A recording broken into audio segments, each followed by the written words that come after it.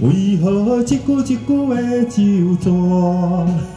如今全然拢打破？想着心酸酸，想着心足痛。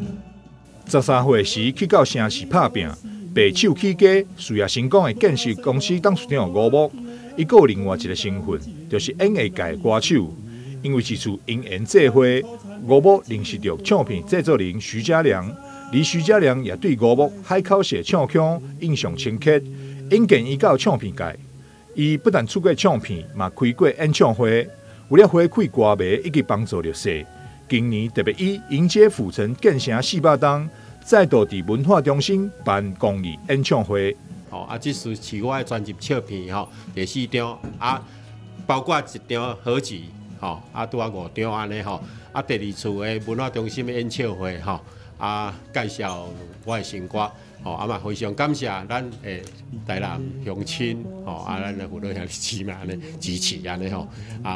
我要伫遮甲恁说多谢来欣赏我的演唱会你的脚步声，伫咧门外点点行。